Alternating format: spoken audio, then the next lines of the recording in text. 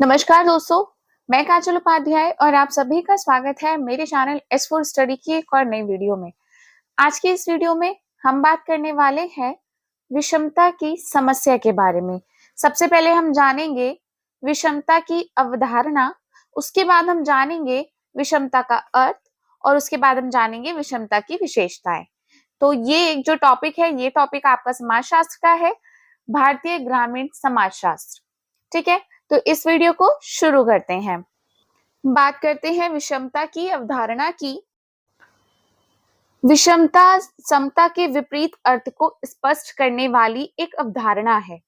ठीक, जो विषमता है वो समता का विपरीत अर्थ रखती है। तो ये जो अवधारणा है ये भी उसी की है। समता असमानता का सामान्य अर्थ सब लोगों की बराबरी से है। जो समता होता है, समता का अर्थ क्या होता है? सभी लोगों की समान बराबरी से होता है, लेकिन असमानता का अर्थ ये नहीं होता। इसका तात्पर्य यह है कि मनुष्य मनुष्य के बीच किसी प्रकार भेदभाव नहीं हो, सबको समान शिक्षा मिले, सुविधाएं मिले, वेतन मिले, संपत्ति एवं जीवन जो है उनका वो अग्रसर हो। मनुष्य होने के नाते सभी मनुष्य समान हैं, लेकिन समता या समानता का यह अर्थ लगाना तर्कसंगत नहीं है, क्योंकि मनुष्य होने के नाते सभी मनुष्य समान हैं, ये तो क्लियर है। लेकिन इसका कारण यह है कि प्रकृति ने ही मनुष्य में कुछ न कुछ असमानताएं रखी हैं। जब प्रकृति ने ही असमानताएं रखी हैं तो फिर कोई क्या ही कहे। मैं आप सभी लोगों से माफी चाहूंगी कि अगर आपको बैकग्राउंड में बारिश की आवाज आ रही हो, क्योंकि मैं उत्तराखंड से हूँ और यहाँ पर इस समय बहुत ज्यादा बारिश है और मैं उसी बारिश के बीच में ये वीडियो रिकॉर्ड कर रही हूँ। मेरा मानना है कि मौसम चाहे जो भी हो, पढ़ाई नहीं रुकनी चाहिए। आप लोगों का क्या मानना है? कमेंट सेक्शन में कमेंट करके जरूर बताएं। इसका तात्पर्य यह है कि जाति, प्रजाति, धर्म, भाषा, प्रांत, सामाजिक स्थिति के आधार पर किसी भी प्रकार के भेदभाव में ना तो विश्वास किया जाता है और ना ही किसी भी रूप में मान्यता दी जाती है। ये तो था विषमता का एक कॉन्सेप्ट, एक अवधारणा।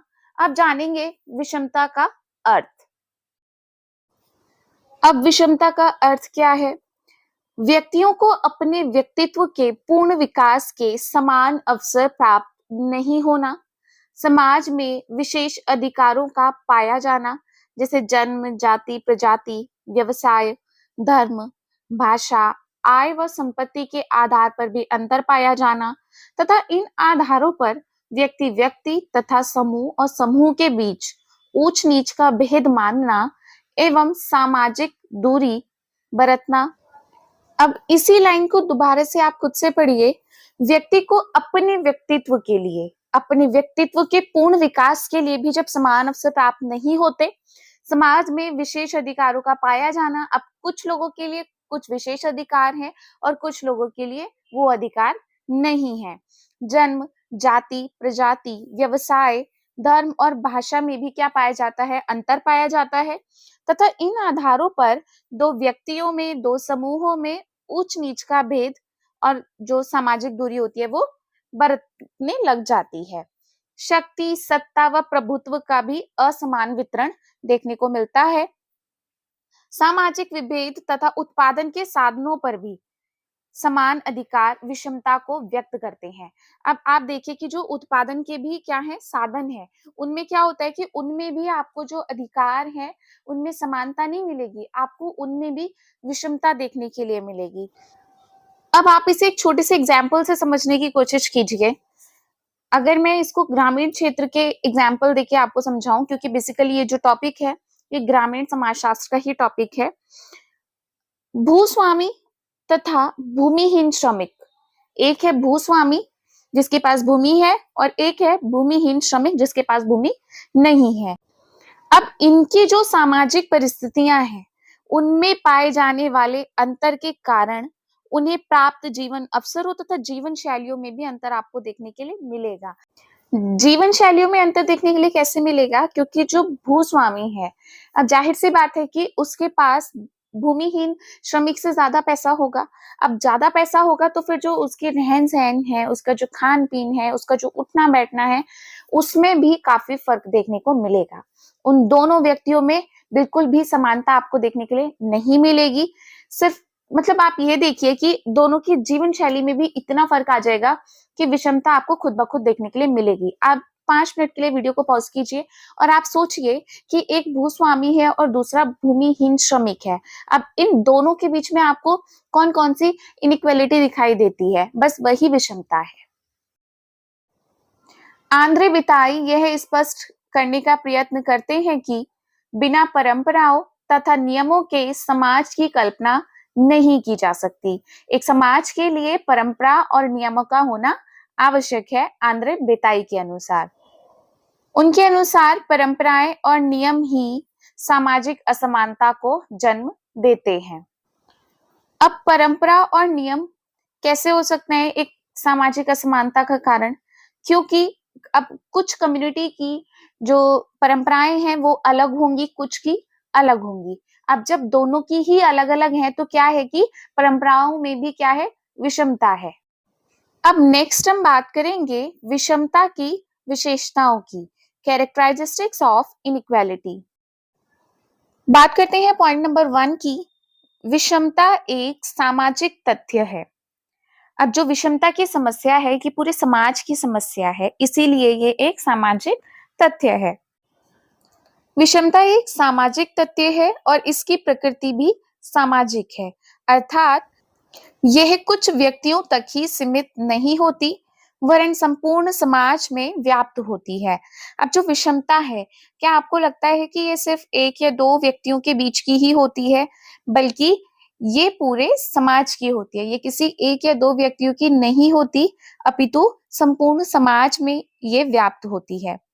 विषमता को समाज में व्यक्तियों को व्याप्त विभिन्न पदों पर, स्थितियों एवं शक्तियों के आधार पर समझा जा सकता है। अब आप एक चीज देखिए कि जब आप एक स्कूल में पढ़ते हो, स्कूल में पढ़ने के बाद कुछ जो टीचर्स होते हैं वो टीचर्स आपको 8th क्लास तक पढ़ाने वाले मिलेंगे, कुछ आपको 8 से 12 तक पढ़ाने वाले मिलेंगे।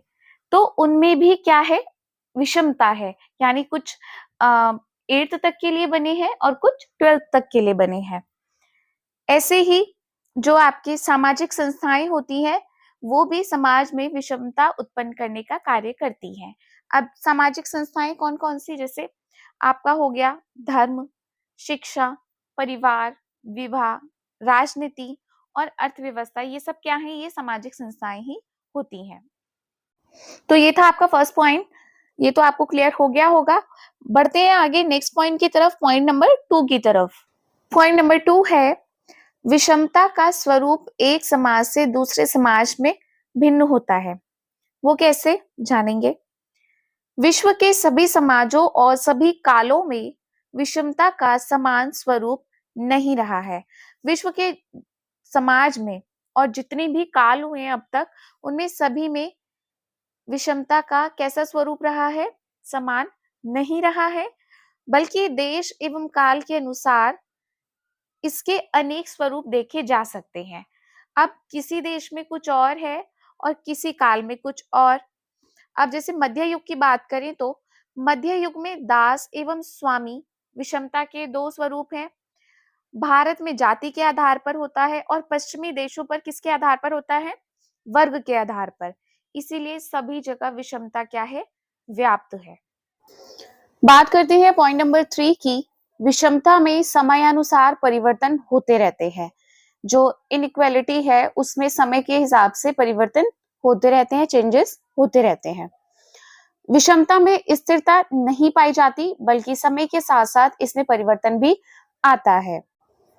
आज भारतीय जाति व्यवस्था वैसी नहीं है जैसी वह वैदिक युग, मध्य युग और अंग्रेजों के समय थी।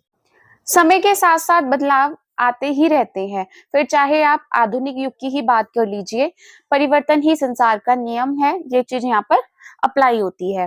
फॉर एग्जाम्पल अगर बात की जाए तो अमेरिका की वर्ग संरचना आज वैसी नहीं है जो वहां के गृह युद्ध के समय थी। ऐसे ही सोवियत का भी एक एग्जाम्पल है। सोवियत रूस में 1970 का जो क्रांति थी उसके बाद शक्ति वितरण में आमूल चूल परिवर्तन हुए हैं, वो भी पहले के जैसी नहीं रही। बात करते हैं पॉइंट नंबर 4 की। एक समय में विषमता के कई पहलू साथ साथ रह सकते हैं। अब एक समय में एक समाज में एक से अधिक जो विषमता के आधार हैं वो स्थित रह सकते हैं। फॉर एग्जाम्पल, भारत में जैसे हम लोग रहते हैं तो उसमें जाति में भी आपको विषमता देखने को मिलेगी, लोगों के व्यवसाय में भी आपको पद, वर्ग और आपकी क्या शिक्षा हो सकती है, राजनीति हो सकती है। इन सभी आधार पर सामाजिक विषमता का जो एक व्यवहारिक रूप है वो आप देख सकते हैं। नेक्स्ट हम बात करेंगे पॉइंट नंबर 5 की। विषमता विश्वव्यापी है। इसके नाम से ये क्लियर हो जाता है कि जो विषमता है, एक ये समस्या है, ये क्या है, पूरे समाज में व्याप्त है। जानते हैं कैसे? दुनिया का कोई भी समाज ऐसा नहीं है जहां किसी ना किसी के आधार पर विषमता ना पाई जाती हो। मतलब आप ये देखिए कि ग्रामीण क्षेत्र की अगर बात की जाए तो ग्रामीण क्षेत्र में आपको ये चीजें ज्यादा देखने को मिलेंगी। किसी न किसी रूप में आप वहां पर विषमता देख सकते हो, भले ही चाहे उनके जो आधार हैं, उनके जो स्वरूप है उसमें थोड़ा बहुत अंतर हो।